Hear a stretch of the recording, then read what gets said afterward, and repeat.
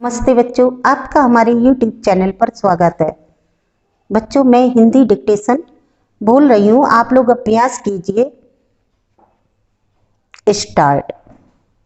अध्यक्ष महोदय, बहुत कुछ किया है लेकिन महंगाई बढ़ती जाती है और इस कारण से जो देश की खेती की या किसानों की उन्नति हुई भी है वह महंगाई के कारण समाप्त हो गई है। तो ऐसी स्थिति में अगर हम किसान को अन्न की उसके पैदावार की कीमत अधिक नहीं देंगे तो हमारे देश का कल्याण नहीं हो सकता है। मैं कोई यह नई बात नहीं कह रहा हूँ। पहले अमेरिका में यही किया गया जब वहाँ पर खाद्य समस्या के कारण लोग परेशान थे। हमारे यहाँ भी उसी से कल्याण होगा। हम देख रहे हैं कि सरकार के प्रयत्नों के परिणाम भी अच्छे निकलने लगे हैं, लेकिन दुख इस बात का है कि इस वर्ष सर्दी के मौसम में वर्षा नहीं हुई। फलस्वरूप इस वर्ष जो पैदावार है वह उतनी नहीं है। इसका कारण वर्षा का न होना है। कुछ लोग कहते हैं कि इस वर्ष भी जो पैदावार है पिछले वर्ष की पैदावार के बराबर हो जाएगी, लेकिन अगर वर्षा हो जाती है तो निश्चय ही हमारी स्थिति बहुत अच्छी हो जाती है। मैं देखता हूँ कि इस वर्ष गल्ले की कोई कमी नहीं है, इसलिए मैं समझता हूँ कि गल्ले को एक जगह से दूसरी जगह ले जाने में जो रोक लगाई गई है उसको हटा लेना चाहिए।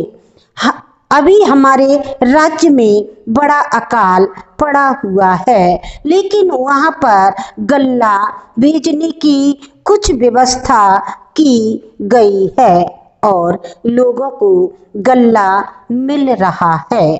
इसका परिणाम यह हो रहा है कि कोई भी आदमी भूखा नहीं मर रहा है। पिछले 2 वर्ष में कोई आदमी भूखा नहीं मरा। यह हमारे देश की सरकार के लिए बड़े ही संतोष की, बड़े ही गर्व की बात है। यदि अन्न की उपज हमें बढ़ाना है तो हमें पानी का इंतजाम करना चाहिए। आज वर्षा की बहुत कमी है। विशेष रूप से मैं अपने क्षेत्र की बात आपको बतलाना चाहता हूँ। 20 वर्ष पहले जितनी वर्षा वहाँ होती थी उतनी ही वर्षा आज भी होती है। वहाँ नहर भी है, लेकिन नहर का पानी वहाँ नहीं जाता। नहर के पानी को आगे ही रोक लिया जाता है। बांध भी बना है, किंतु हमारे राज्य के लिए पानी नहीं दिया जाता है। इसका परिणाम यह होता है कि पानी न मिलने के कारण लोगों को काफी परेशानी का सामना करना पड़ता है। कुछ लोगों ने नलकूप भी लगा लिए हैं जिससे लाभ हुआ है।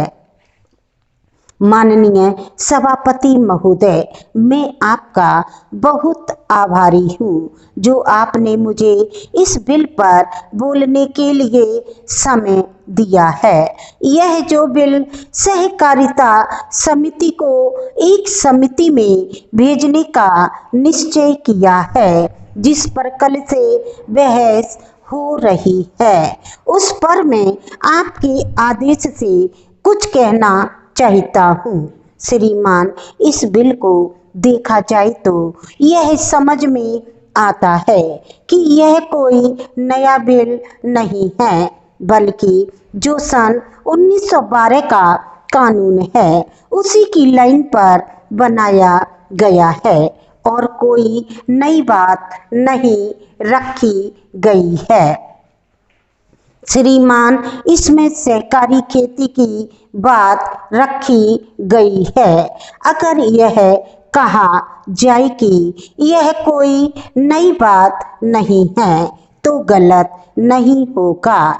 जहाँ तक सहकारी खेती का संबंध है तो उसकी तरफ जनता और विशेषकर किसानों का बिल्कुल कोई झुकाव नहीं है और उनका झुकाव न होने के कारण उन्होंने उसे उस सीमा तक नहीं अपनाया जितनी सरकार को आशा थी। श्रीमान, आपको मालूम है कि नागपुर कांग्रेस में यह प्रस्ताव पास हुआ है कि सहकारी खेती कराई जाए। पूरे देश में इस समय इसका जोर चल रहा है और इसको लाने के लिए न मालूम इसके कितने रूप रखे गए हैं। यह कहा गया है कि इसके अंदर कोई जोर नहीं है। अभी एक माननीय सदस्य कह रहे थे कि राजनीतिक पार्टी के लोग यहाँ पर सहकारिता के संबंध में कुछ कहते हैं और बाहर किसानों से कुछ और ही कहते हैं। वे किसी से यह भी कहते हैं कि तुम्हारी जमीन छिन जाएगी।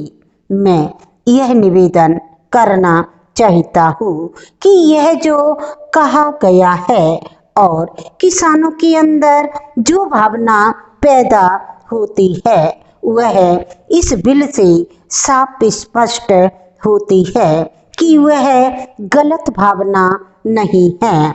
मैं यह जानता हूँ कि जब किसान पार्टी का जोर बढ़ा और किसानों की आवाज ऊंची हुई तो सरकार ने और हमारे नेताओं ने यह कहना शुरू कर दिया कि हम सहकारी खेती को किसान के अंदर लादना नहीं चाहते, बल्कि यह तो किसानों की इच्छा पर है। लेकिन इसके साथ ही साथ एक बात मैं पहले भी निवेदन कर चुका है और फिर भी निवेदन करना चाहता हूँ कि नेताओं का अपना विचार होना चाहिए। किसी सभा में जब यह कहा गया कि यह जो सहकारी खेती शुरू की गई है यह तो अंत में सामूहिक खेती की तरफ ले जाएगी।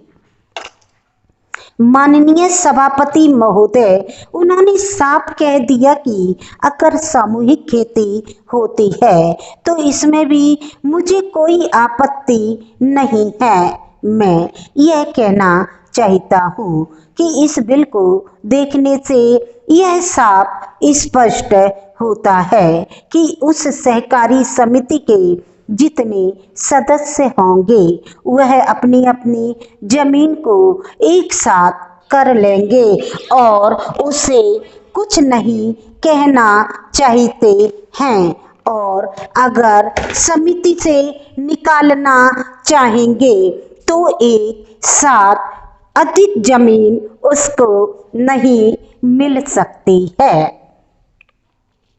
इस बिल के संबंध में इस सदन के सहकारी दल वाले लोगों ने और विरोधी दल के लोगों ने बहुत सी बातें कही हैं। जैसा कि यह बिल है इसको अभी समिति के सामने विचार के लिए जाना है और वहां से विचार होने के बाद यह इस सदन के सामने फिर से विचार के लिए पेश किया जाएगा।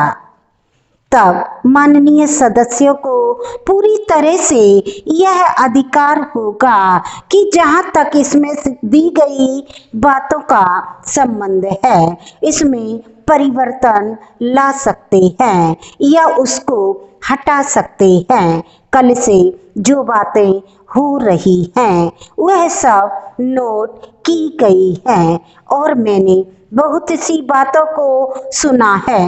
इस समिति में उन सब बातों पर विचार किया जाएगा। आप लोगों को डिक्टेशन अच्छी लगे तो आप सब्सक्राइब करें, लाइक करें, कमेंट करें। आपको कोई शब्दों में प्रॉब्लम हो, शब्द का स्पष्टीकरण ना हो, कठिन शब्द समझ में ना आ रही हो, तो आप मुझे कमेंट बॉक्स पर बता सकते हैं कि आपको क्या प्रॉब्लम है।